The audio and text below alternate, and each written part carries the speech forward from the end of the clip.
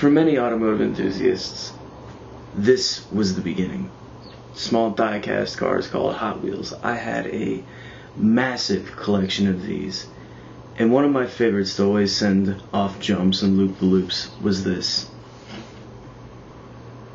The Mazda MX-5. What owning a countless number of the Hot Wheels version of the Miata did for me is put it into dream car status. And I knew that one day I had to get one, just not in this ugly paint job. So I got one in black instead.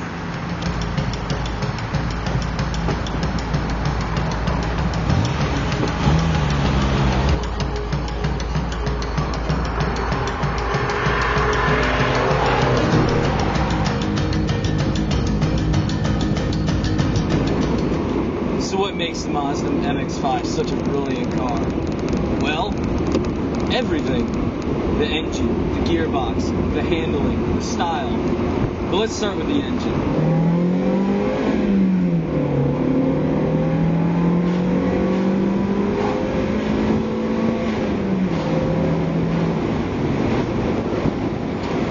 It's brilliant! Right. The engine. 1.8 liters, 131 brake horsepower. Doesn't sound like much. In fact, it's less than a new Toyota Corolla. This car isn't about having a lot of power or having a lot of speed. It's about making the most of every little bit of power that it does have. And it does that by being small, agile, and lightweight.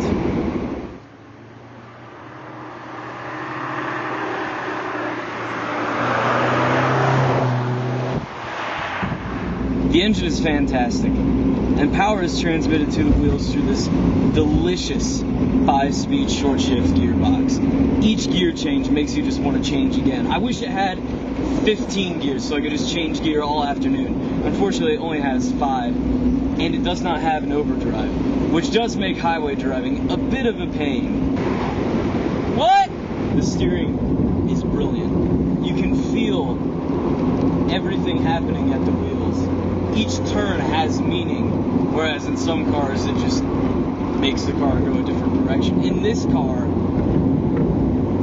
it just feels visceral, it feels exciting. It's fun, simply put. That's what this car is all about.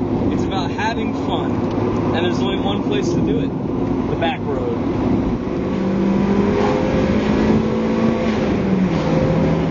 It's a Japanese take on a classic British idea. 4 cylinders in the front, rear-wheel drive in the back, and 2 seats in the middle. The thing is that it didn't keep the Brits' notorious unreliability. Think of it as a Briton who went to a Japanese orthodontist.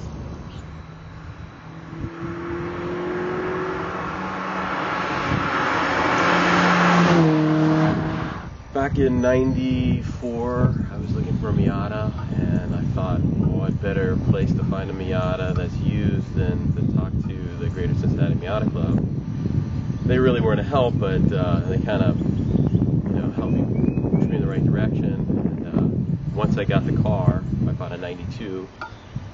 Just got involved in the club, met a lot of really great friends, and eventually became president. I was president for, I would say, 7 years off and on. What makes it such a great car is it's affordable. I mean, anybody can really buy one of these cars. Now that they're used, you can pick one up for a couple $1,000s, and they make everything for that car. If you want turbo, supercharger, you want to swap out the engine for a V8, you want big wheels, small wheels, you want to race it, there's a lot of racing going on with the Miatas in the United States and around the world. Autocross is a big thing for these cars, and even taking them out on the road course is a really great fun time. In the UK and Japan, the name of this car was the MX-5, which is fine. Simple name, alphanumeric, lots of cars have names like that. However, in America, they gave it the name the Miata, which has given this car the reputation of being, how do I put it? So, anybody that sees me driving this car by myself expects me to wave and shout, "Hi! Hi!"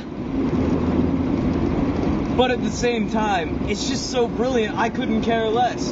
Because here I am on a back road, doing 1,000,000 miles an hour with the wind in my hair, absolutely infinite headroom, not taking up as much gas as a Mustang would, and I'm having the time of my life, which is exactly what this car is all about.